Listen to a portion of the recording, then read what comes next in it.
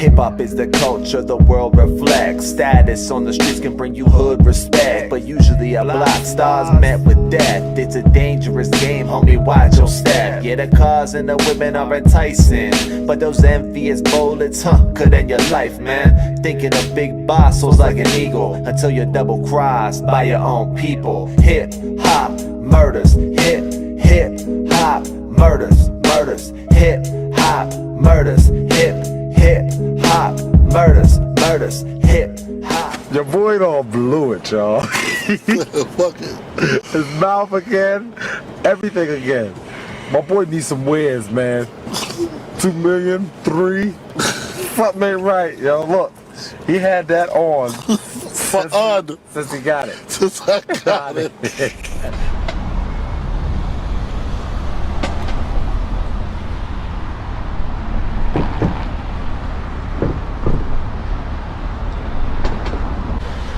Lamont at large, Los Angeles, California. We're standing on the corner of Fairfax and Wilshire Boulevard. Almost 30 years ago, one of hip-hop's greatest rappers, Notorious B.I.G, was shot and killed right behind me. We're going to talk a little bit about the story, the possible person that is responsible for his murder, and we're going to visit the place where he was pronounced dead. Without further ado, let's get right into the video.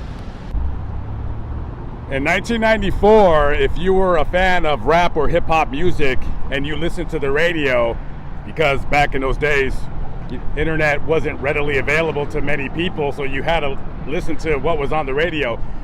And that summer, if you were listening to the radio for no longer but an hour, you probably heard the song Juicy. If you don't know, now you know. Radio edit. I got the card, act like you know. You could not avoid Notorious B.I.G. His 2 songs, Juicy and Big Papa. They came from his first album, Ready to Die. And let me tell you, his song, his music was blowing up all over the radio. That year, he would be nominated for a Grammy. Now, you fast forward a couple of years later. Now, at this time, Christopher Wallace, also known as Notorious B.I.G. or Biggie Smalls, was probably one of the top 2 or 3 hip-hop superstars at that time. So you go to February of 1997, so Notorious B.I.G., he comes out to Los Angeles because, well, he's going to film a video for his song Hypnotized, which is coming off of the second album, Life After Death. So he comes out here, spends a few weeks, and he does the whole interview thing, going to different radio stations. On the 7th of March, 1997, he attended the Soul Train Music Awards. Goes to...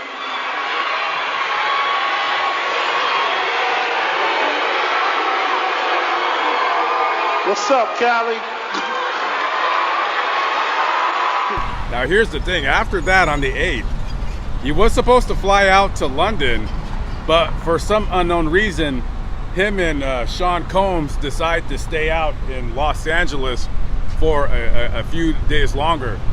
Him knowing that 6 months previous, Tupac Shakur was shot and killed in Las Vegas. So he's got to know that it's going to be a little bit dangerous for him to come out here, because the whole hip-hop world feels that even though he did not have anything to do with Tupac's murder, they feel that he's responsible.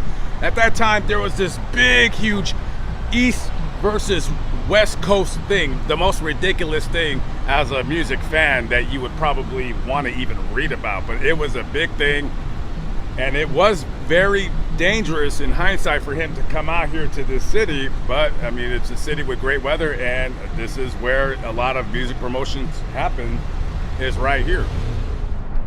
Let's go to March 8, 1997. It's about 10:30 p.m. Vibe magazine was holding an after party here at what is now the Peterson Automotive Museum. Now that night, this place is absolutely rocking and packed. You have Notorious B.I.G. You have a lot of the Bad Boy Entertainment entourage, including Sean Combs, who is the head of that label. So they all come over here, and there's hundreds and hundreds of people in this building. Now, at around 12:30 p.m., the Los Angeles Fire Department, they come to this establishment because they know that there's going to be a party here, and they're just keeping an eye on things. Now, one of the fire chiefs or person in charge, he tells these guys that they got to shut down the party because there's just too many people in this building, and it's going to be a fire hazard. Now, Notorious B.I.G. with a couple of his associates / bodyguards, they come out this door right here, and in tow is Puff Daddy. They would get into two different SUVs. B.I.G's SUV, I don't know why. It has a sticker on it, emblazoned with his name on it. You should remember that for whenever you're thinking about this story, because that's very, very suspect to me. So it's about 12:30 a.m. Now it's March 9th, 1997. So they come out of this driveway right here, and they're gonna hang a right. They're gonna hang a right, and they're gonna stop right at that light right behind me. As they pull out of the museum, Sean Combs, he's in the first SUV. He pulls out right here. He gets to this light, and I'm pretty sure he makes a left because they were staying at the Marquee Hotel in Westwood, which is west of us. His light is green. He turns and he goes on his merry way. And the second SUV is Notorious B.I.G. He's sitting in the front seat. Another rapper named Little C's, he's in the same vehicle with two of their associates. Little did they know that as they would get to this very corner right here, from what witnesses say, and this has been, there's been other people who said that it was a different color car.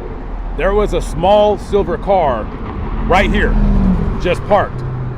Wasn't going anywhere. Now, when Notorious B.I.G's car gets right here, the occupants of that car, somebody pulls out a gun and shoots about 6 to 10 times. Pop, pop, pop, pop, pop, pop, pop. The silver car takes off, making a right onto Wilshire Boulevard. Now, at this time now, there's a bunch of shots being heard, and everyone's coming out of the museum seeing what's going on. And immediately, Little C sees that Notorious B.I.G. has been shot multiple times. So immediately, they skedaddle. They would make a left onto Wilshire Boulevard on their way to Cedars-Sinai Hospital, which would be the closest hospital in this area. I want to guess it's about less than 2 miles away from here. As the car with Notorious B.I.G. comes to the Cedars-Sinai Medical Center, little do the occupants in the vehicle know is that Notorious B.I.G. is already going into full cardiac arrest. Now, about this time, it's about a little bit before 12:45 or so. I can't really tell in the video exactly where Notorious B.I.G.'s SUV was parked. I think it was parked right where that car with the emergency lights are on. And then this would have probably have been the emergency exit where they entered. I would love to sit around here for about an hour, really making sure exactly where all this stuff happened. But I don't know why. This is private property. Security have been looking at me like crazy. But this is in the video. You got a lot of people waiting outside, friends, fans, just waiting for word of what possibly happened. They would have brought him right into this emergency entrance, but he wasn't even here maybe 30 minutes, and during surgery he was pronounced dead at around 1:15 a.m.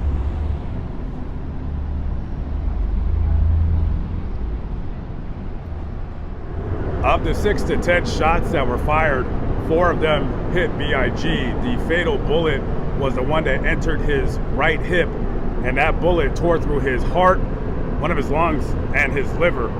He was also hit in the left thigh, the right forearm, and in the back.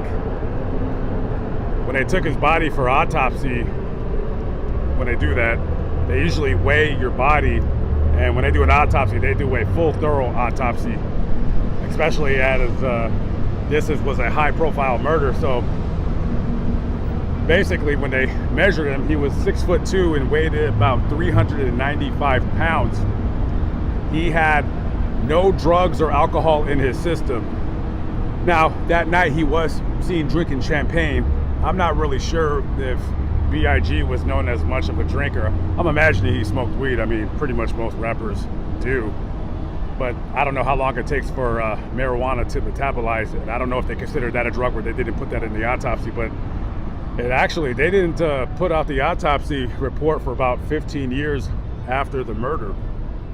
So this murder has been unsolved going on 30 years now. However, according to retired LAPD detective Greg Kading, this murder is actually solved. He feels that pretty much they already know what took place and what happened and who's responsible for the murder. And it all comes down to one man who they called Poochie, one Wardell Faust. The detective in this case feel that after going through many documents, eyewitness testimony, basically what this shooting comes down to is it was a revenge killing for the murder of Tupac Shakur that happened 6 months ago. Even though he had nothing to do with that shooting, Suge Knight paid somebody, which is the Wardell Faust, $13,000 to commit this crime. And, well, Mr. Faust is no longer here with us because he was killed on July 24, 2003 in a gang-involved shooting. So, I'm not pinning the murder on him, but they're saying online, and it's pretty known who is the one that committed this crime. He's no longer here. So Suge Knight, he's currently incarcerated. If he gets out, he'll be in his late 60s. And I don't know if he gets out if they're going to file charges against him. His health ain't doing too well being incarcerated.